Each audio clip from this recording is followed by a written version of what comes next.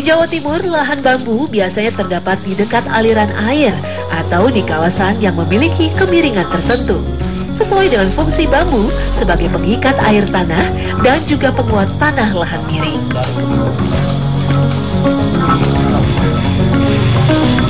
Saya masih di Kediri, nah ini di Desa Bogem tepatnya. Saya sama Pak Ansori, sama Mas Budi, ini mau cari rebung ya Mas ya? Oh iya. Nah ini bambunya bambu betung. Nah rebung yang dicari ini bukan, lazimnya memang biasanya di mamam sih. Kalau kita rebung buat apa? Pasti buat masakan. Tapi kalau di sini bukan. Rebung di sini mau direlokasi, dipindah tempat. Nah kenapa dipindah tempat? Ya itu karena rebung ini sendiri dia menyerap banyak air. Nah itu dengan harapan kalau misalnya tempat yang nanti akan ditanami rebung yang baru, jadi lebih subur lah tanahnya, lebih banyak air. Di Indonesia terdapat 120-an jenis bambu yang tersebar di seluruh kepulauan. Jenis bambu yang mudah dijumpai di negeri kita adalah petung, wuluh, ori, jabal, dan bambu apus. Relokasi rebung bambu. Ini adalah cara agar pohon 1001 manfaat ini dapat tersebar luas di seluruh penjuru desa. Oh, nih, saya baru ngeh nih. Ternyata bukan cuma rebungnya tok yang diambil, tapi juga sama bawahnya sedikit ya, batang yang dekat dengan akarnya sedikit. Berat, baru bisa tumbuh, benar-benar. Jadi nggak ngaruh gitu sebenarnya kalau rebungnya kecil ya. Tidak, Mbak. Yang penting bisa diangkut tuh sama bawah-bawahnya sekalian semua. Oh, iya. Bambu menjadi produk non-kayu Indonesia yang cukup penting. Pasar bambu ini tidak terbatas di pedesaan saja, tetapi juga hingga ke perkotaan. Terutama digunakan untuk keperluan penyangga konstruksi bangunan. Di beberapa negara di Asia, terutama Cina, bambu menjadi tanaman utama untuk konservasi. Hal yang kini juga banyak dilakukan di Indonesia.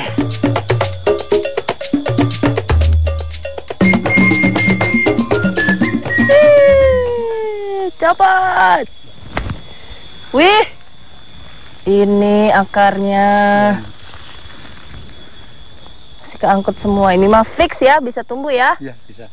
Oke, mari Pak. Ya. Kita kumpulin, terus kita ketemu Pak Ansori. Ya.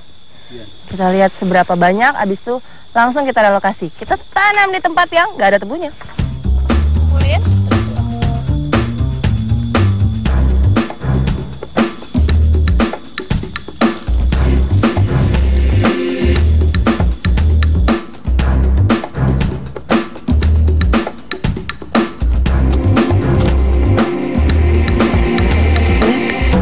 Rebungnya mengarah ke atas.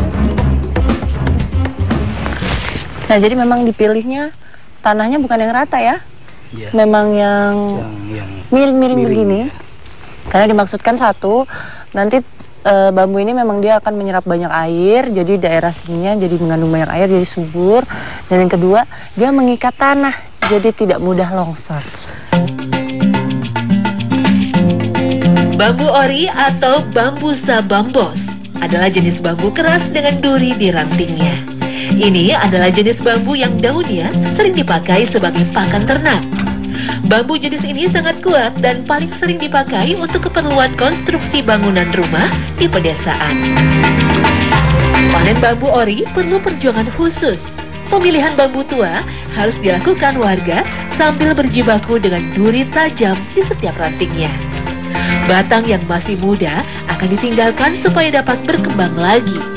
Inilah kelebihan bambu. Sekali tanam, manfaatnya bahkan dapat dirasakan sampai beberapa generasi berikutnya. Sebab rebung akan tumbuh terus-menerus seiring musim penghujan yang datang. Bagi warga Desa Bogem, bambu ori kini menjadi sumber pendapatan baru. Bambu jenis ini dapat dipanen setelah berusia 4 tahun. Permintaan pasar pada jenis bambu ini cukup tinggi. Bagian tengah batang biasanya untuk keperluan tiang bangunan. Sementara pangkal batang banyak digunakan untuk keperluan industri pulp, kertas, dan kayu lapis.